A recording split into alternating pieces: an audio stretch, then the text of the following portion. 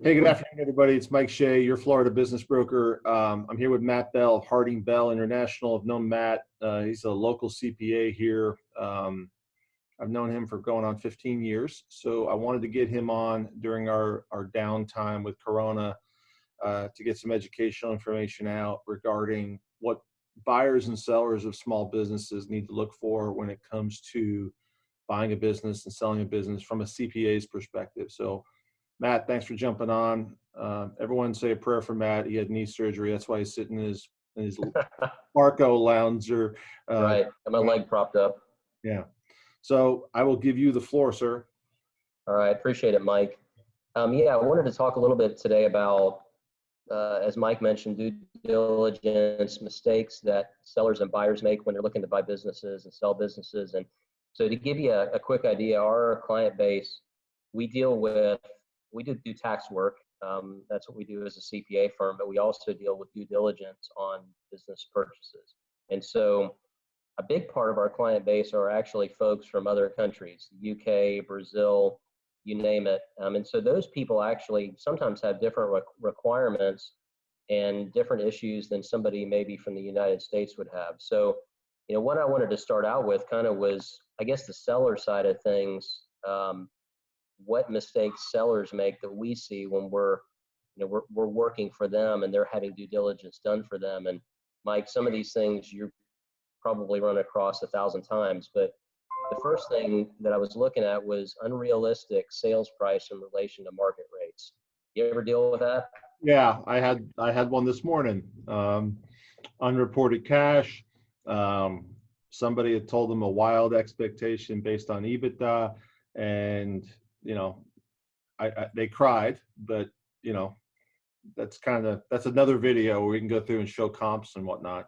So yeah, well, that's right. And I think that it's tough for people because this is something that they've lived and breathed for years, and so they're putting the emotional side of it in. And I think one thing that I've tried to do, the further I've been along in business, is to take the emotion out of things and look at things from a realistic standpoint. What can I really get for the business and how it relates to other businesses? And so I think if you come into it with a realistic expectation on sales price, you're probably going to get more hits as far as people looking to buy it instead of having it on the market for a long time. It's the same thing as a house. Trying to sell a house and you overprice it, you're not going to get anybody biting. Yeah. You're just going to get more pain.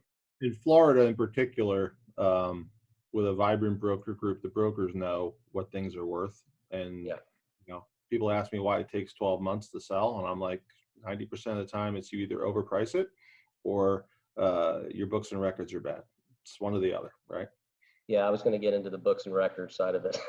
There's your segue, right? Yeah, there you go. So the second thing I had down here was not recording cash sales and not having a clean set of books. And the two difficult parts of that, I mean, everybody wants to pay as little amount of tax as they can, but the difficult thing about not reporting cash is that from the due diligence accountant side, there's really no way to trace that for the most part.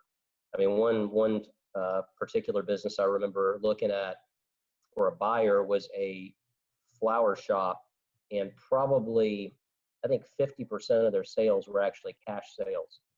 And so, I had to tell the guy that was looking at the business, look, we can do due diligence on the parts that we can see, but this cash component that the seller is saying that they have, there's really no way for us to figure out what that is. I mean, we can try to look at maybe purchases compared to sales based on other businesses in that same market, but it still is an unknown and makes it difficult to do diligence from the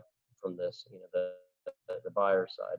Yeah, I mean, your job is to prove what you can see, right? And what you're referring to, and there's certain industries and certain businesses, and you and I know what they are, that have a cash component to it, like coin laundries, florists, but whittling down to an absolute that, and backing into either through water bills or purchases and making the assumption that something's going to be there. You as a CPA can't do, right? You have fiduciary obligation. I do not. That's why I don't get into it. But there's this assurance thing that has to be done, and you can't do it when there's no reconciling of the revenue. By the way, you're generally not fooling people when you're not reporting the cash. And there's smarter ways of not paying taxes than that. Yep. Yeah, that's right.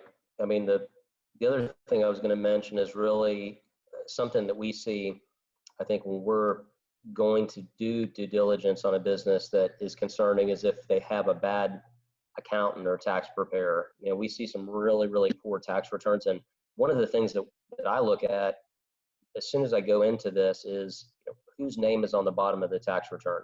You know, if I see, you know, Fred's tax service and he's been in business for 1 year, that doesn't give me a lot of confidence as compared to maybe a CPA or a tax preparer that's been around a long time, has a tax return that's in good shape, it's consistent year after year. You know, when I see that and they're using a good person, that gives me some confidence when I go into the engagement as well. Yeah, and we do the same thing as brokers. When we look at a listing, we look at, are the numbers coming from a tax return or a P&L, and then I go right to the bottom of the page and I look at the broker, because certain brokers have habits. And I do the same thing when I look at the tax returns. If I see it's a bookkeeping service, I mean, the case this morning, it was a bookkeeping service. And so oftentimes small business owners don't know the difference between a bookkeeper, a tax preparer, an EA, a CPA, you know, and I kind of discourage them from going to the Swiss Army knife. You know, hi, I do immigration, I do notary, I do tax returns, I do everything. You know, that's not what you want if you want to get proper advice. You may save on the short end, but 99.9% of the time it costs you on the back. Yeah.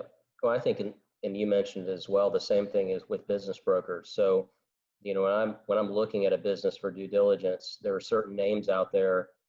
Thankfully, yours isn't one of them, but that raise red flags when I'm looking at the selling broker. In fact, I've even had clients tell me, you know, XYZ brokerage, you know, they're great if they're selling your business, but I'd never buy anything from them because I know they're scumbags.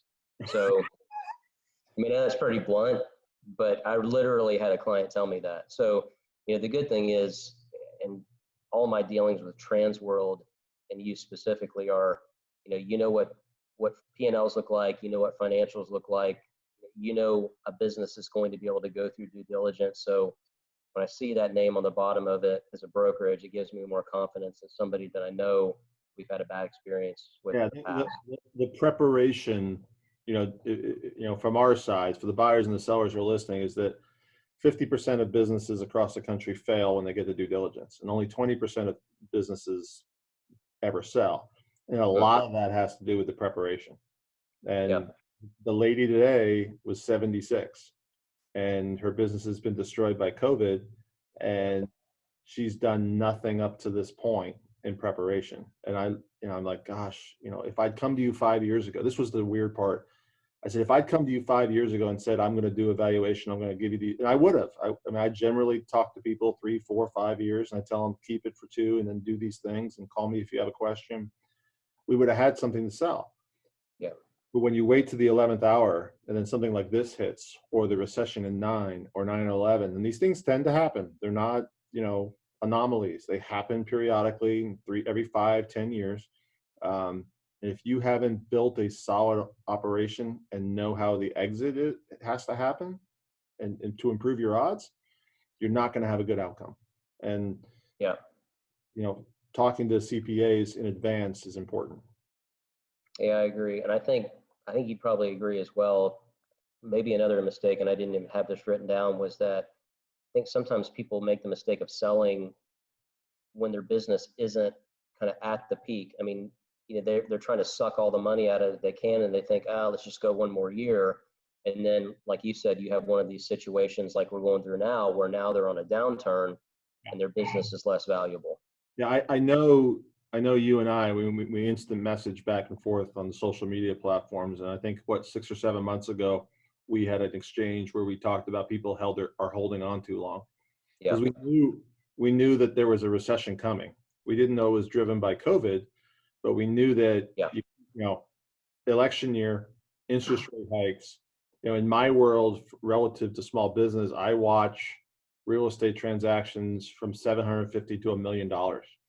That's kind of like a leading indicator for me, because that's a type of person who has discretionary money to purchase a business. other than the main street. And when that starts to slow, that's kind of this indicator to me that I need to watch the waves. And, we were going back and forth, like people are holding their cards, people are holding their cards. I think the problem is small business owners don't know what their next step is. And Yeah. they don't know what the leading indicators are because they're so functionally, siloed in their world. They don't lift their head up to watch what's going on around them. Yeah. I think you and I have probably a unique perspective on the whole economy because we're seeing a lot of different businesses and how they're reacting. Somebody that's in kind of the middle of the muck and mud really can't see the forest for the trees because all they're seeing is their own particular business. But we can get a snapshot of kind of a lot of different businesses, and I'm right there with you. I think that we were going to see probably a recession second, third quarter of this year anyway. This thing just pushed it Yeah. into overdrive. Yeah. And we were due for a cooling off. And what's going to be, the structural behavioral changes of people is going to be different. They're going to learn how to conduct business differently, things like that. And because out of necessity, necessity is going to be this thing that forces a change. But you're also seeing, it's funny, I've got a whole demographic of guys and gals your age and mine who are just got laid off, and they're standing around going, now I got to buy something. And they're being forced to look at industries they never thought about or knew made money. Right. And they're like, and now they're having that cultural adjustment of, well, wait a second, I'm a executive vice president, selling, I don't know, software, right? And I didn't, and I think I'm a really good performer. And now I'm looking at an HVAC company and I'm going, Yeah. that makes money, right? That's not the way, right? That's essential, not just for the, the term, but it was essential before, it's essential after. We're in Florida, people are going to fix that.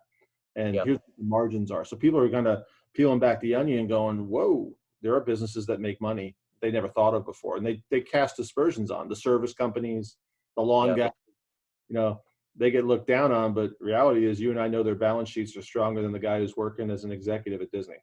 Right? That's exactly right. I think, I have a side business actually I may have even talked to you about this, a mattress company. And so we don't, we don't manufacture mattresses, but we're actually a sales agency and we have contractors and we sell to Disney. Well, our sales went from pretty good clip to 0 4 weeks ago because of course Disney isn't open. They don't need mattresses for their hotels.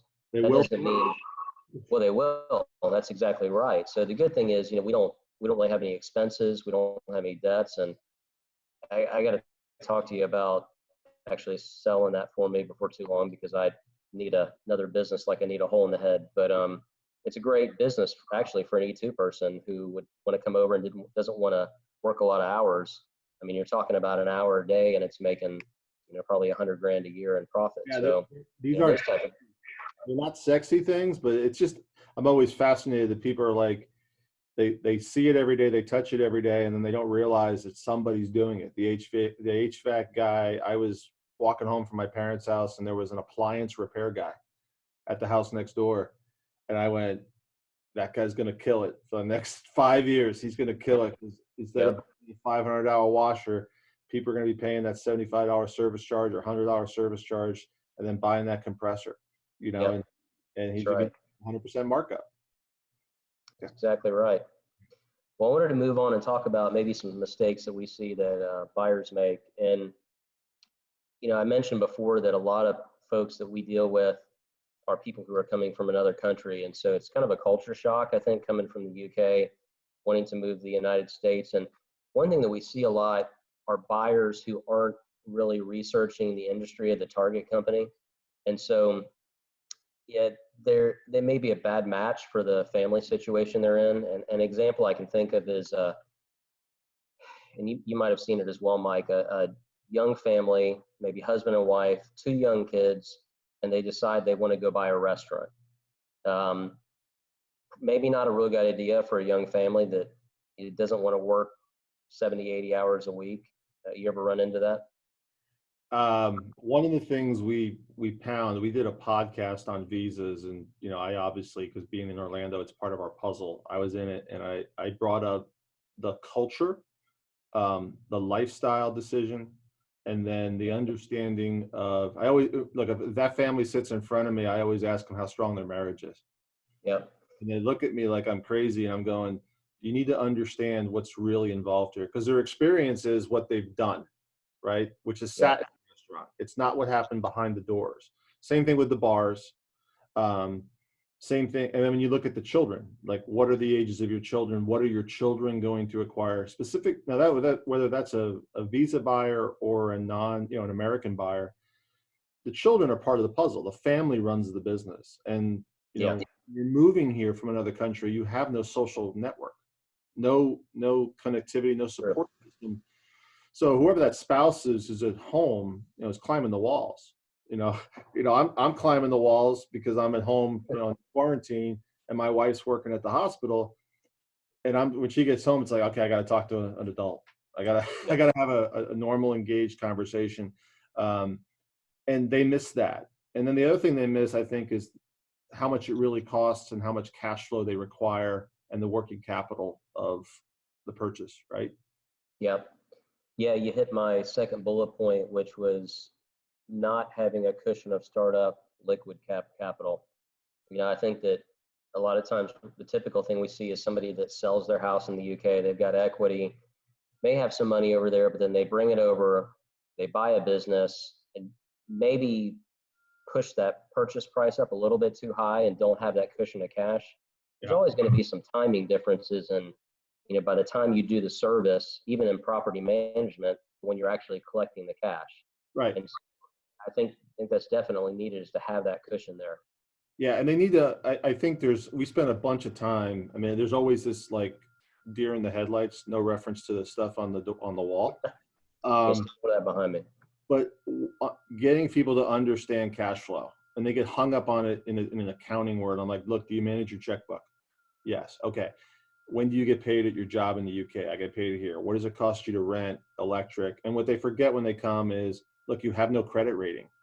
Everything you do is treated differently. So if you come to me and you tell me you have $150,000, you don't. You have 100. That's what you have to purchase. You have to have 25 to 30, depending upon the receivables of the business, and all the associated startup costs. You got to buy a car, you got to buy furniture, right?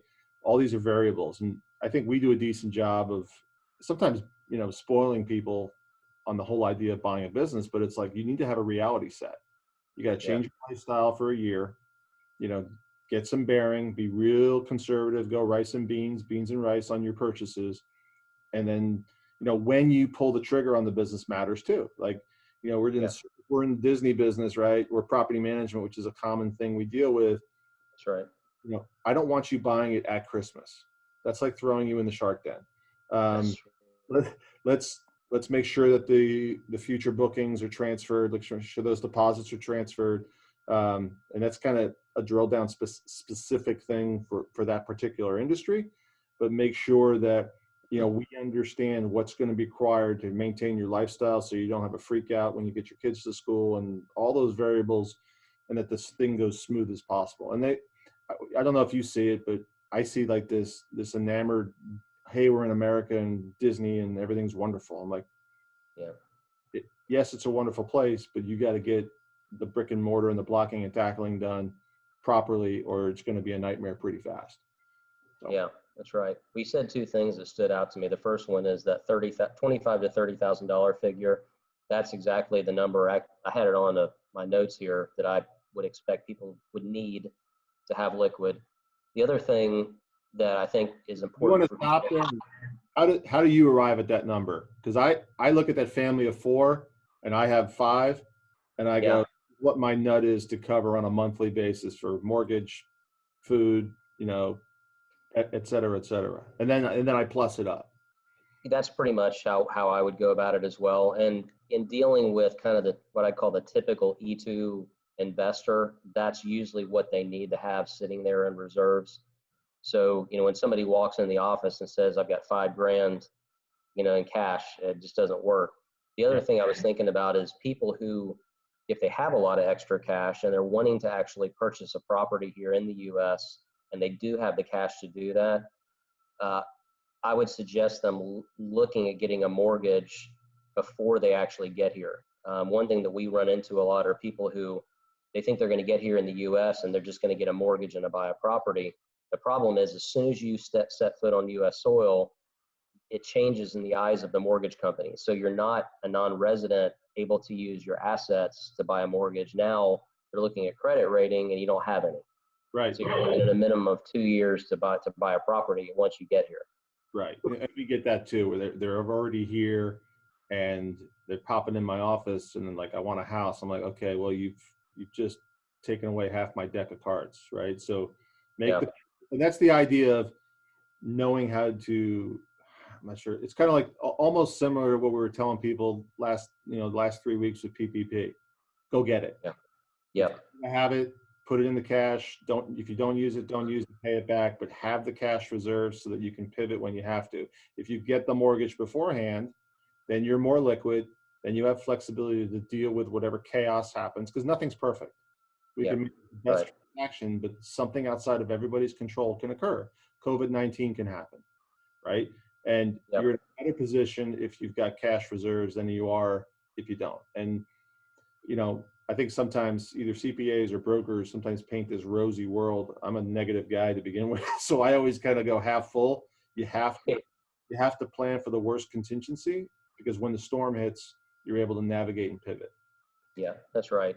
And I think, that kind of segues into the next point I had on here, were unrealistic expectations by the buyers on thinking that everything's going to be perfect in the business they buy. Every single person that I've run into that's a buyer of a business, there's always something they're not going to like. Yeah. And I think some of that is because in their own mind, they paint something out as, like you said, a rosy picture. And they don't realize that, hey, this is going to be hard work. We're going to have some things that jump up in front of us we didn't expect. Yeah. And you just have to roll with those punches. That's the difference between owning a business and just working a job where you're getting paid as a P60 if you're in the UK or a W2 in the US. Right. Yeah. That's always an adjustment. And business ownership's not 9 to 5. Yep. It never shuts off. And that's an adjustment. And I think that business owners need to understand that it's not like you're on all the time, but when an event happens, I mean, I did that video with Lisa Monday morning or Friday, whatever the night was, when the president issued his executive order, my switch went off and went, all right, my people are going to start calling. There's going to be a downstream effect. I email my point of contact. Okay, what do I know? What do I don't know? And then I start reacting. And when you're an employee, you don't have that burden, right? Right. And it comes with time and experience. It's like you just switch it on and you're always in a pivot. I'm in my office now. It's empty. There's 15 people that work out of this unit and there's nobody here, but I'm doing work that's going to someday, bear fruit and bear benefits. And you just have to keep moving. And that's just is an awareness of how business cycles flow.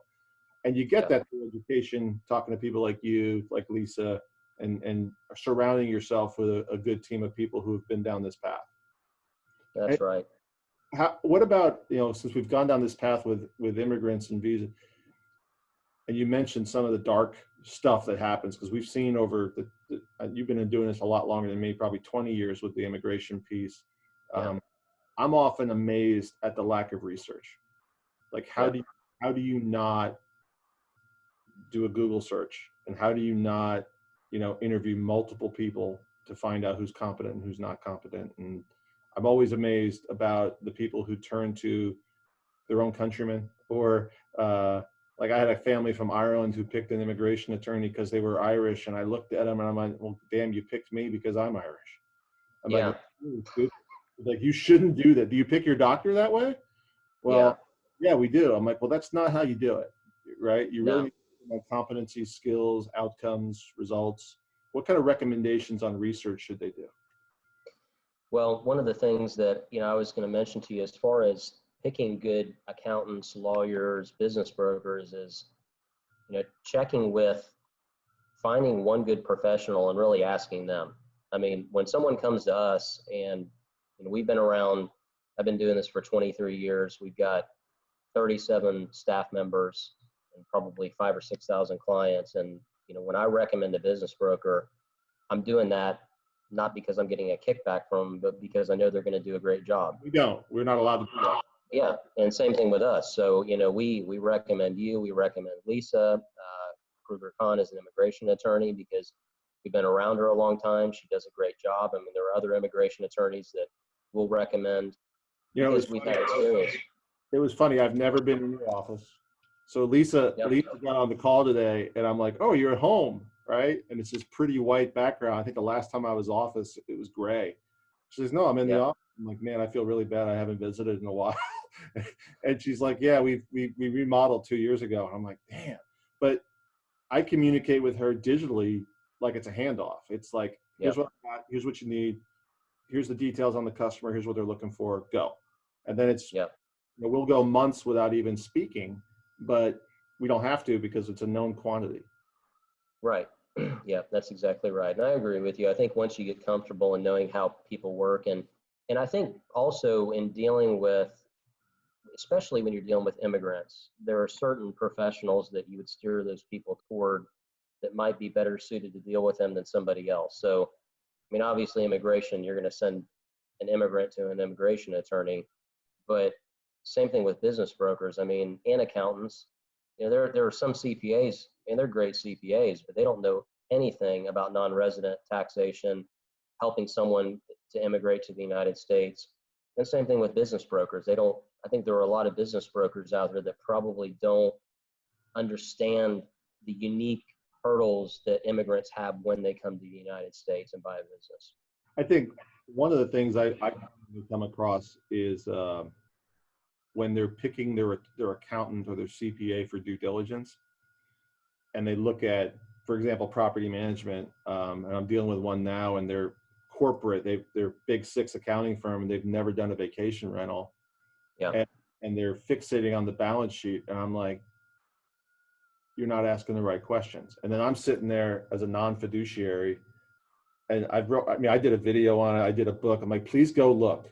Please, like, these are not the things I'm telling you, because I'm not allowed to tell you what to ask. I'm like, but you're missing. Like, you need to go look at future bookings, and you need to look at the deposits, and you need to look at the mortgage position of the homeowners. And, well, how do you know that? Why aren't you doing the due diligence? Well, I'm not a CPA. So immigrant, right? And know the difference between they assume a business broker is like their agent, right? Their fiduciary, because that's how it is in the UK or whatever country, state they come from. And in this case, it's an American repped by a broker who's been around for 20 years, but they don't do a lot of vacation rentals, so they don't know what to ask. And it's kind of like, look, different industries have different nuances, right? You have the best balance sheet in the world, but you're in the property management, but your business fundamentals are broke, right? Yeah.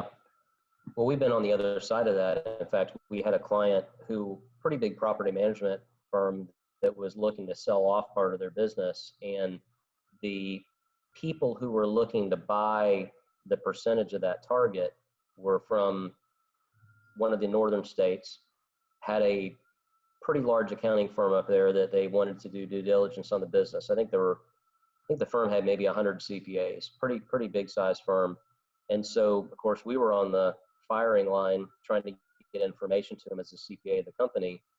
And they were asking all these crazy questions. And I finally just called the auditor. I'm like, look, you're not asking the right things. Here's what you want to look at. You want to look at future bookings. You want to look at homeowner balances. Make sure those are tied out. I know what you're trying to do. I've been on the other side of this, but here's what you need to look at.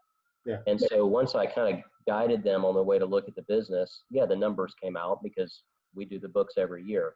Right. But you're right. I think having someone who, and one of the bullet points I had was on the due diligence, having a CPA firm that is familiar with the industry you're dealing with. You want to have them looking at the books because they know the nuances and the ins and outs of how it actually works. Yeah, that's it. It's funny. I have to testify in I'm an expert witness on property management on a trial in Denver, and the valuator.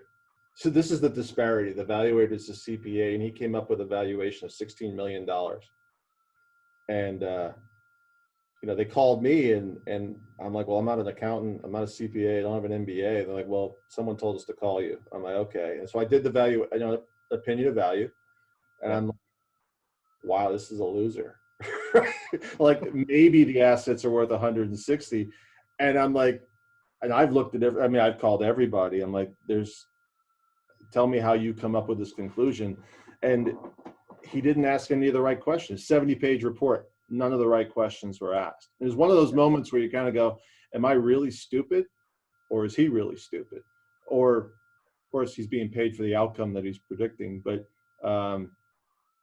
having someone who knows how the business operates. It's funny, when I got to talk to the judge, he's like, the judge says, explain it to me like I'm 6. So I did. I'm like, this is how it works, Your Honor. And he's like, got it. Good. See you later. Get out of here. Yeah. And he won the case, but the anomaly between, if you don't know the nuances of the business, and everyone has it, right? That's right. I was picking up pizza for my mom last night, and I was standing in it. So I just asked the manager, I said, I know you guys can't tell me, but how many cans of tomato paste are used to make a large pizza at 16 inches? And he rattled it off like that. So, you and I know that restaurants and pizza in particular has a lot of cash. So one of the subtleties we always look at is number of boxes, number of cans of tomato paste. That tells you your daily volume by day, and you could actually come into a number. So there's these little things in every industry that, guys like you and I see that can help, but they're not perfect. That's right. But they help validate what the math says. So you look at the math doesn't make sense. You do the exceptions, then you back into it to try and see if it makes some sense. The fog gets cleared. That's right. And that's kind of one thing that I was thinking about is, the thing that we get asked a lot are who determines the due diligence procedures and what are they?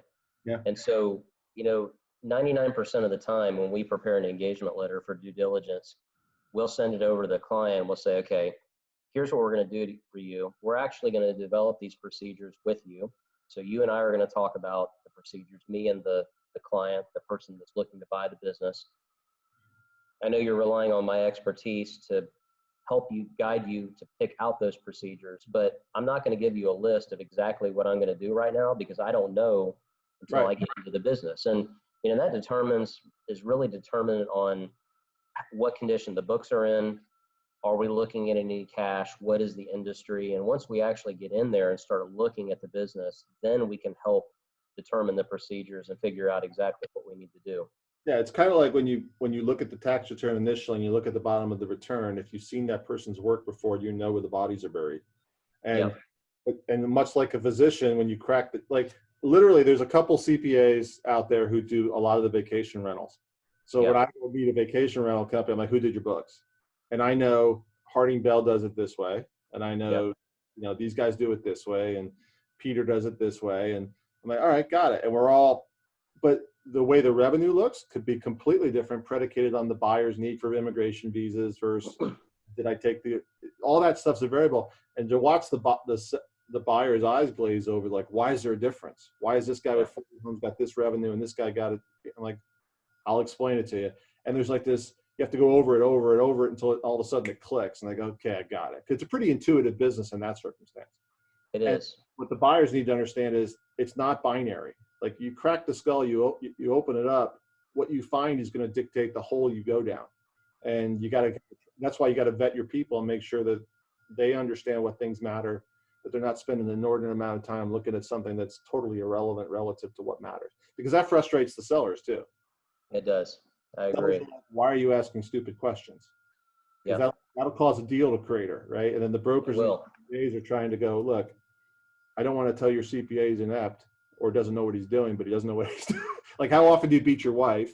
And and I'm stuck in that middle a lot. I'm like, I can't tell you you're doing it wrong, but you're doing it wrong. And I respect you, but it's just a function of awareness. So, that's why it's so important for the person who's in charge is the buyer or the seller, respected the situation. And they need to tell us, look, I trust you. If they do their job right, which is pick the right professionals, the process goes right. If they screw that up, deals will fail. Yeah. And I think that's why it's important to actually have a CPA and accountant actually do the due diligence procedure. Sometimes we've had a few people come to us who are, they're accountants in the UK, or they're attorneys in the UK, or they're financial advisors, smart people. I mean, obviously they've got a brain if they're doing those things, but it's kind of like if I went to the UK and I started to look at a business, on High Street in the UK, in London. I mean, honestly, I don't know the taxation system as well as I do in the US. I don't really understand kind of the inner workings of how the legal system is in that country. So I think that's why it's important to use somebody that's local, who understands the industry. And the other thing that really stuck out to me is, as far as the procedures and some of the misconceptions we get, what's the difference between due diligence and a full-blown audit? And just to clarify for people, and money, yeah, that's exactly right. So if you, in the CPA biz, when we have something and someone asks us for an audit, you're looking at $10,000. Yeah. Minimum. And an audit is very comprehensive. It's basically taking the entire financial statements, looking at internal control procedures. I mean, it's effectively a complete view of the entire business. Whereas you probably don't need that in a due diligence engagement. We're taking pieces of an audit and we're looking at those things that matter to someone that's buying it. If someone is looking to buy a business and it's a husband and wife running the business, we don't need to look at internal controls because you're not going to steal from your spouse, hopefully.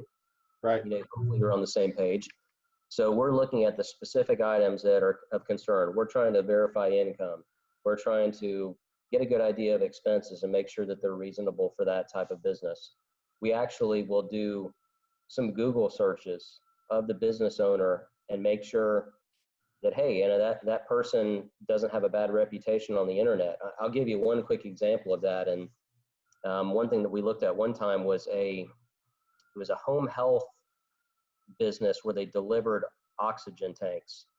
And so the business broker got pretty pissed at me actually, because he expected me to look at just the financials. And I started doing a Google search and I came up to an article that actually had the owner of the company saying, we think we're going to lose 50% of our business within a year because Medicaid is going to cut our funding.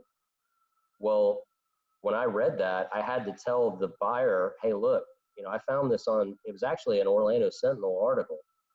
And I told the business broker, I'm like, dude, your seller just told me in this article that their business is going to drop 50%. Yeah.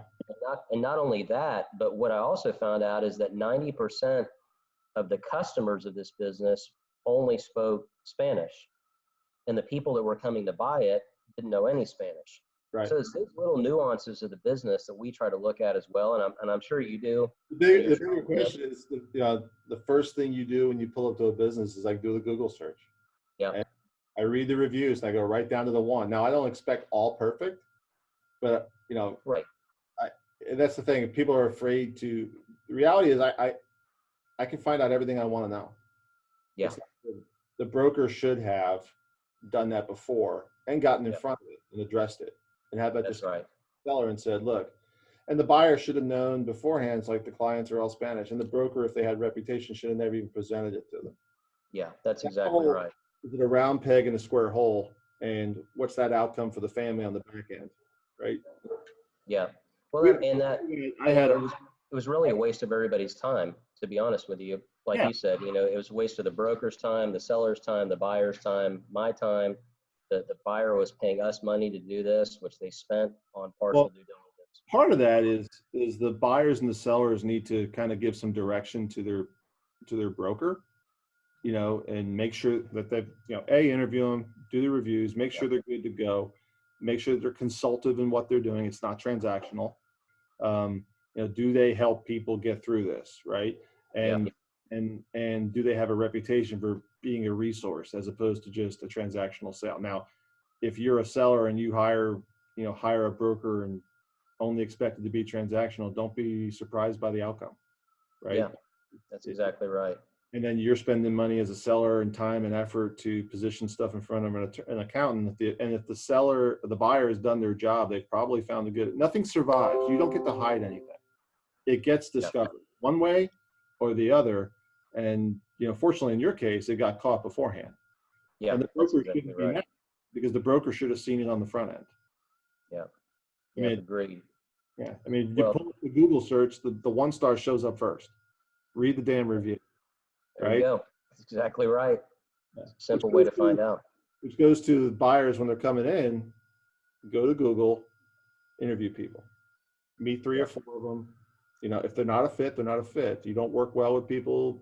You know, I had a guy this afternoon who called me, he was interviewing me. He's like, how do you work? I said, I'm not going to tell you what you want to hear. If you want that, here's 3 or 4 people you can call. I'm not that guy. I don't know how to do it. I stumble when I do it. You know, I'm not really the best restaurant seller for a lot of reasons. I can't sugarcoat cash being hidden.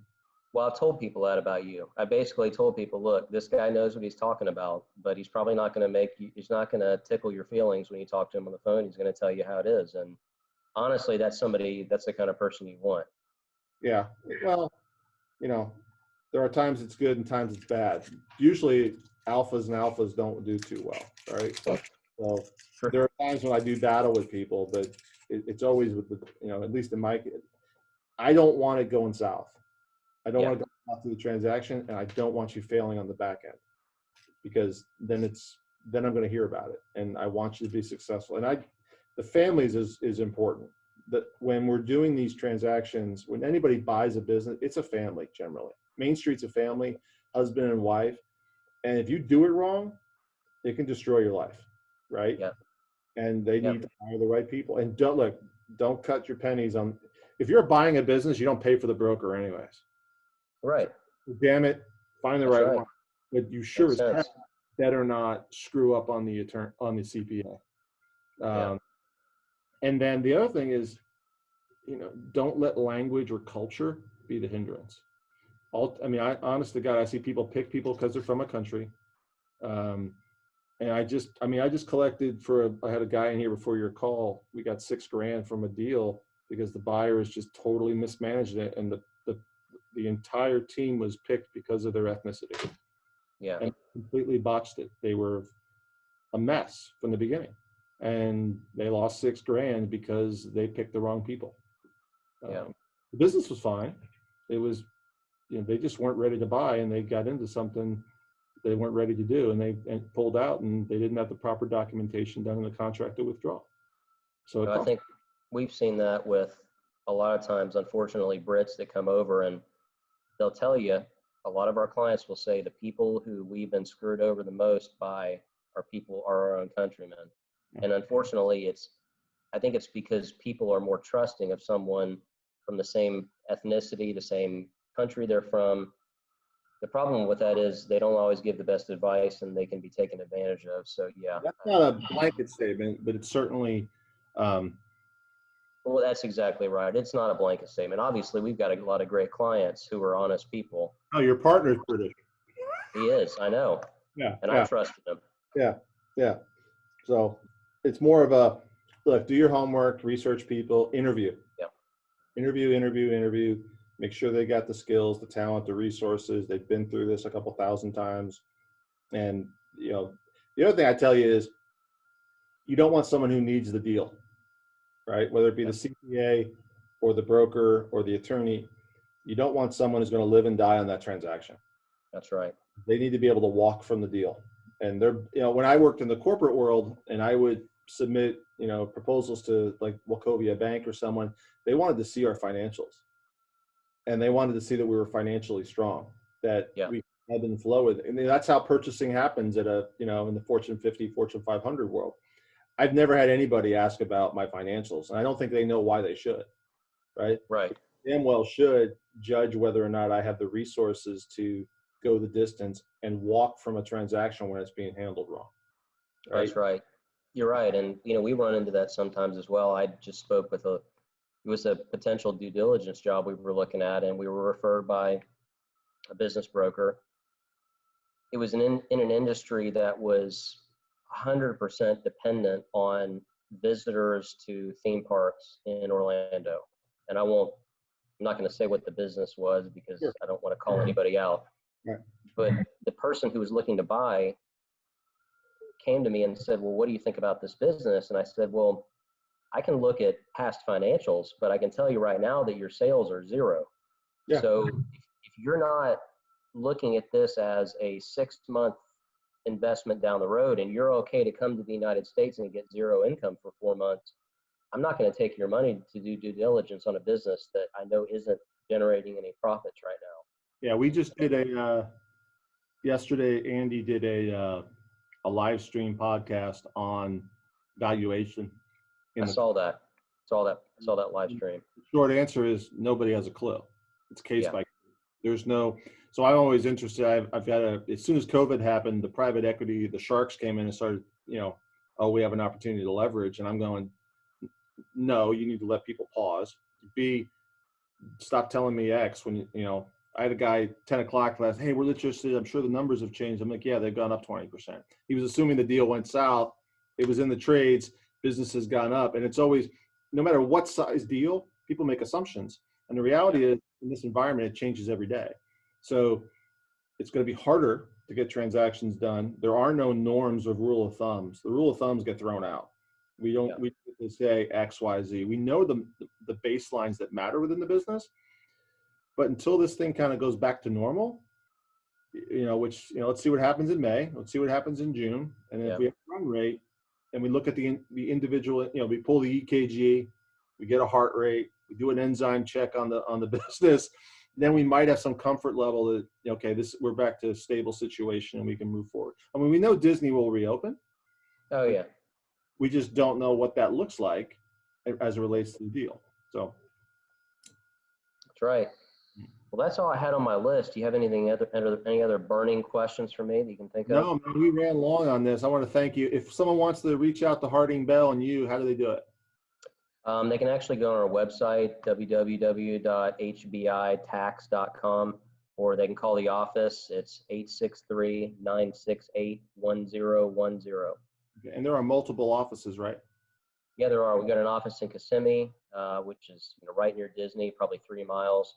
And then we also have one in Auburndale and one in Lake Wales in Polk County. Okay. All right. Thanks, Matt. Stay safe. Hope your leg feels better. Yeah, I appreciate it, Mike.